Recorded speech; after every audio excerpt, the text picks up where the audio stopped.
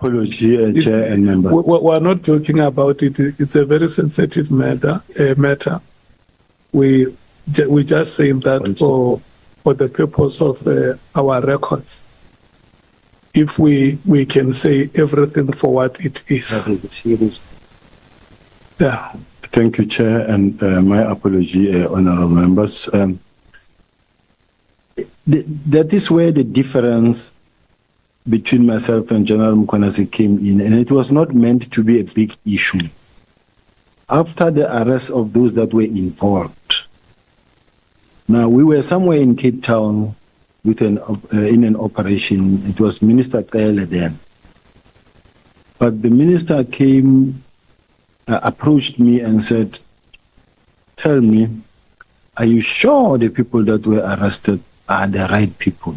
And I said, "I'm quite sure, Minister," because I was involved in the process. I said, "I'm quite sure." He said, "Can I have the team to brief me? Because I am the one who is going to be asked also in other forums, especially the media." I said, "That can be arranged, Minister. Let me arrange it right away." I then contacted the province. Now, in contacting the province, I contacted the Deputy Provincial Commissioner of KZN. Yes, it is indeed true that I was supposed to actually contact the Provincial Commissioner as the Provincial Commissioner of KZN. But I contacted the Deputy Provincial Commissioner simply because of we have been having a good relationship with General noMkhwanazi. I never thought he will actually make a big issue out of it. The main reason was, normally when I contact him, you find that he is busy in a meeting. He's chairing a meeting, and normally when he chairs a meeting, either his phone is on silent or is with someone else. Then I would then call the next person who I think can assist. The process, the intention was just to try and make sure that there's not going to be any delay. Now, and I said, "Can you please arrange with the team members and also inform the Provincial Commissioner?" That was General Mgobozi at the province. General Mgobozi later came to me and said, "Hey, General, can you please call the PC yourself because he's not impressed?" I said, "Okay." And I called the PC with all the confidence that I had because I knew we had a relationship, me and him. And then when he responded, he was fuming. He was very angry. And he said, "La, uSbiya, General, you're not going to phone my province and order my people around." And I said, whoa, General, we are not fighting. Nobody's fighting, please. Let's not go there. He says, "You call my people here and you tell them that the minister they must come to head office and I don't know about that thing." I said, "No, General, I'm apologizing, but I just wanted to carry out the instruction." He said, "No member is going to Pretoria. No one is going there. I don't report to politicians." That is what he said.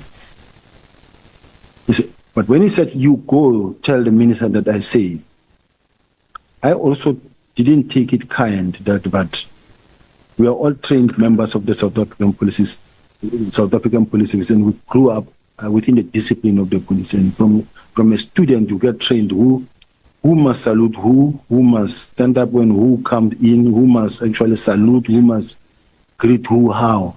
Now, the way he's heavy and talking to me in an aggressive manner, his tone was very heavy. I didn't take it kind myself. Then I said, "But General, when you order me now and say I must go tell the minister that you are ordering me around now, and in fact, it wasn't meant to be like that.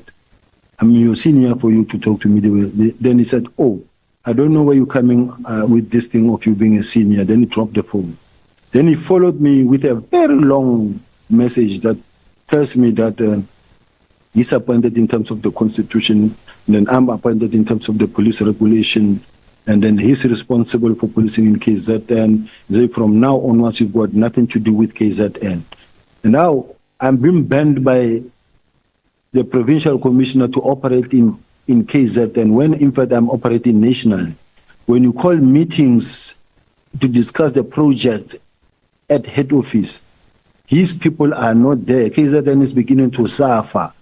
The projects are not there. The cash in transit, people want to know, cash in transit is high in KZN. We've got hitmen in KZN. We've got drugs at the harbors. We've got a lot of crime. We've got the people burning the trucks. We've got a number of issues that were happening in KZN, and yet we need to intervene from head office, and then there's no relationship. So KZN was suffering. So it was a question of, we need to fix this relationship so that at least crime does not suffer. That is how it happened. Is that